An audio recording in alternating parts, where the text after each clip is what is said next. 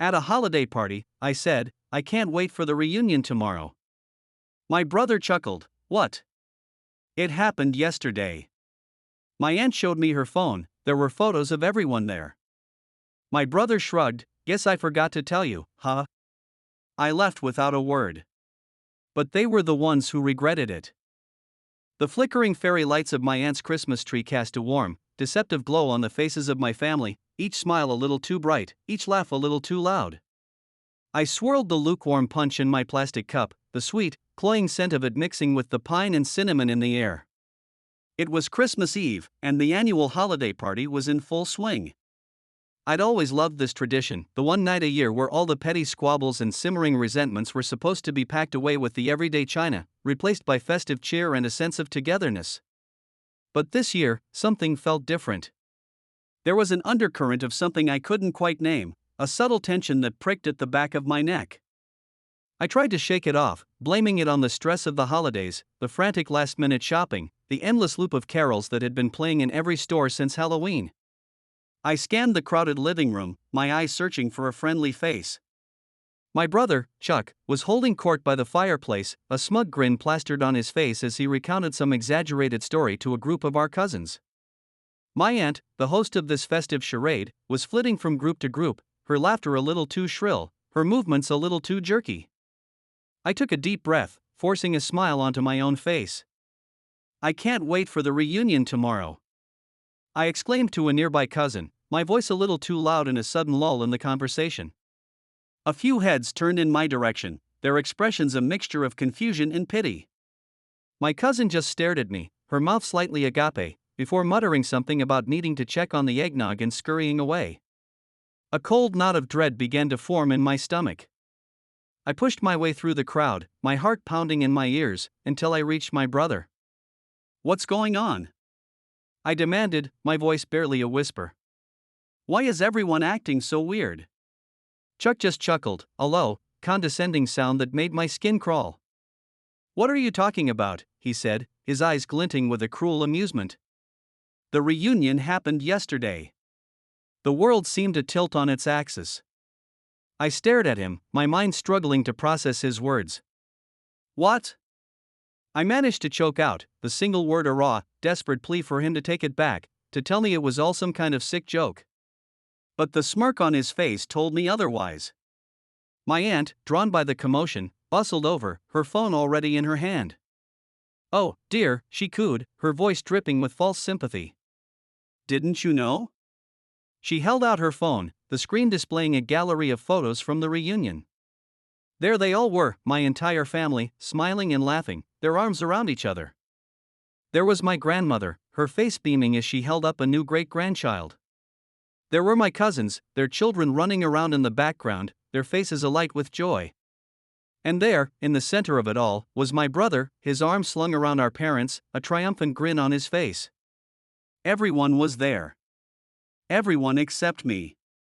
I felt the blood drain from my face, a cold, numbing sensation spreading through my veins.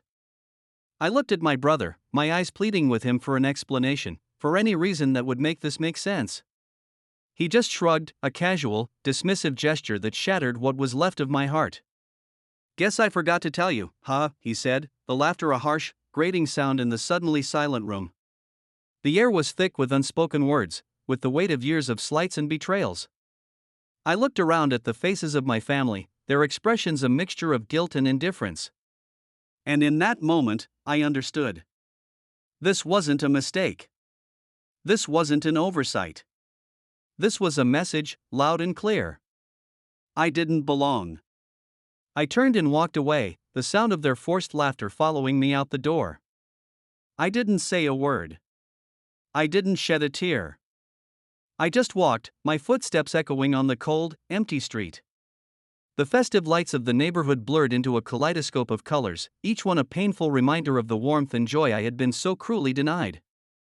I didn't know where I was going, but I knew I couldn't go back. Not to that house, not to that family. As I walked, the numbness began to recede, replaced by a white-hot anger. How could they? How could they be so cruel, so callous? I had spent my entire life trying to be the perfect daughter, the perfect sister, the perfect niece. I had swallowed my pride, bitten my tongue, and turned the other cheek more times than I could count. And for what? To be cast aside like a piece of trash, to be erased from their family portrait as if I had never existed. The anger was a cleansing fire, burning away the years of self-doubt and insecurity. I had always felt like an outsider in my own family, a square peg trying to fit into a round hole. I was the quiet one, the sensitive one, the one who didn't quite fit the mold. And they had never let me forget it. But as I walked through the cold, dark streets, a new sense of clarity washed over me. I didn't need them. I didn't need their approval, their acceptance, their conditional love. I was better off without them. The next few days were a blur of pain and grief. I found a cheap motel on the outskirts of town, the garish neon sign a stark contrast to the festive decorations that still adorned the rest of the city. I spent Christmas Day alone, eating a stale sandwich from a vending machine and watching old movies on a flickering television set. It was the loneliest I had ever felt, but it was also the most free. I had no one to please, no one to impress, no one to disappoint. I was just me, and for the first time in a long time, that felt like enough. As the days turned into weeks, I began to build a new life for myself. I got a job at a local bookstore, the quiet, dusty aisles a welcome respite from the noise and chaos of my former life. I found a small apartment in a quiet neighborhood, the simple, uncluttered space a reflection of my newfound sense of peace. I made new friends, people who accepted me for who I was, not who they wanted me to be. And slowly, painstakingly, I began to heal. But the past has a way of catching up with you, no matter how fast you run. One day, about a year after I had left, I received a letter in the mail. It was from my mother. My hands trembled as I opened it, the familiar handwriting a painful reminder of everything I had lost. The letter was short, just a few lines, but the words were a dagger to my heart. My father was sick. Very sick. And he was asking for me. I was torn. A part of me wanted to tear the letter to shreds, to throw it in the fire and never look back. But another part of me, a small, stubborn part that still clung to the hope of a family that could be, knew that I had to go. The drive back to my hometown was a journey through a landscape of ghosts. Every landmark, every street corner, held a memory, a reminder of a life that was no longer mine. When I arrived at my parents' house, it was just as I remembered it, the familiar facade a stark contrast to the turmoil that raged within me. My mother answered the door, her face a mask of grief and regret. She looked older, smaller, than I remembered. "He's been asking for you," she said, her voice barely a whisper. I followed her into the house, the air thick with the scent of sickness and despair. My father was in his favorite armchair, a pale, gaunt shadow of the man he once was. His eyes, once so full of life and laughter, were dull and vacant. He looked at me, a flicker of recognition in his eyes, and then he smiled, a weak, trembling smile that broke my heart. "I'm sorry," he whispered, his voice a hoarse, ragged sound. "I'm so sorry." And in that moment, all the anger, all the resentment, all the pain, just melted away. He was my father, and he was dying. And all he wanted was my forgiveness. I spent the next few weeks by his side, holding his hand, reading to him, and listening to his stories. We talked about everything and nothing, the words a fragile bridge across the chasm that had separated us for so long. He told me about his regrets, about the things he wished he had done differently. And I told him about my new life, about the happiness and peace I had found. One afternoon, as the sun was setting, he turned to me, his eyes clear and focused. "There's something I need to tell you," he said, his voice stronger than it had been in weeks. "Something you need to know."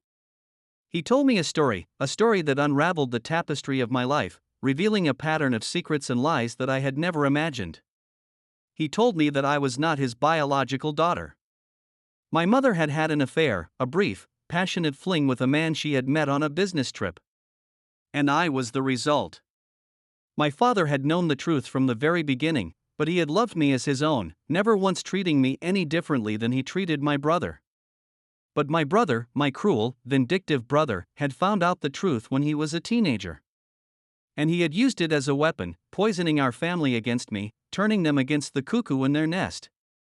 The reunion, the exclusion, the casual cruelty, it was all part of his twisted plan to drive me away, to reclaim his rightful place as the sole heir to our family's legacy. The revelation was a bombshell, shattering the very foundations of my identity. I was not who I thought I was. My life was a lie. But as the initial shock wore off, a strange sense of peace settled over me. It all made sense now. The feeling of being an outsider, the constant struggle for acceptance, the sense that I was always on the outside looking in. It wasn't my fault. It was never my fault. My father passed away a few days later, his hand in mine. At his funeral, I stood tall and proud, a silent testament to the man who had loved me as his own, the man who had given me the truth, even when it was painful. My brother and the rest of my family were there, their faces a mixture of grief and guilt. They tried to talk to me, to offer their condolences, but I just looked through them, my eyes cold and empty.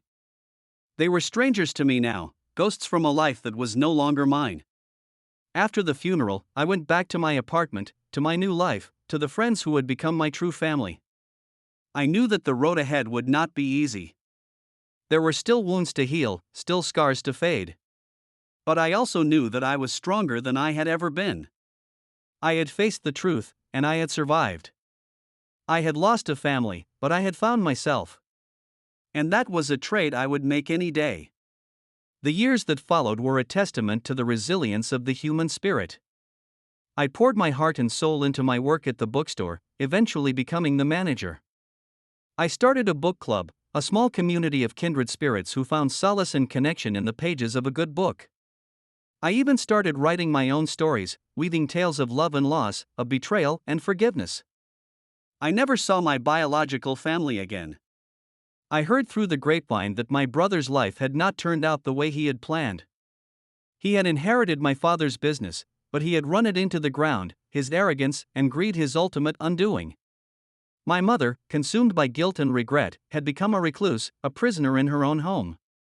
And my aunt, the architect of my public humiliation, had been ostracized by her own social circle, her reputation tarnished by her cruelty. They had gotten what they deserved, but I took no pleasure in their downfall. I had moved on. I had found my own happiness, my own peace. And I had learned the most important lesson of all, that family is not about blood, it's about love. It's about the people who choose you, the people who stand by you, the people who see you for who you are and love you anyway. One day, a young woman walked into my bookstore, her eyes wide with a familiar curiosity. She was looking for a book, a rare, out-of-print collection of short stories. As I helped her search for it, we struck up a conversation. She told me about her life, about her dreams, about her own struggles with a family that didn't understand her. And in her eyes, I saw a reflection of my own past, a kindred spirit on a similar journey. Her name was Sarah, and she was my half-sister. Her father, my biological father, had passed away a few years earlier, but he had told her about me, about the daughter he had never known. And she had been searching for me ever since.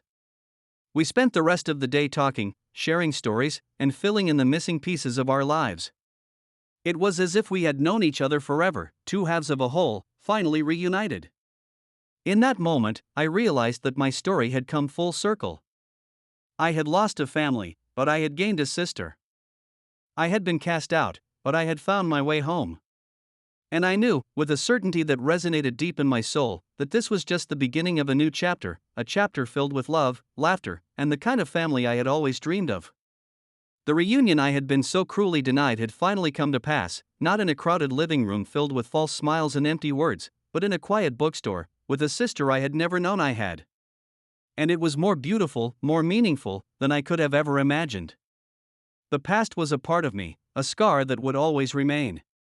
But it no longer defined me. I was the author of my own story, the master of my own fate. And I was finally, truly, free.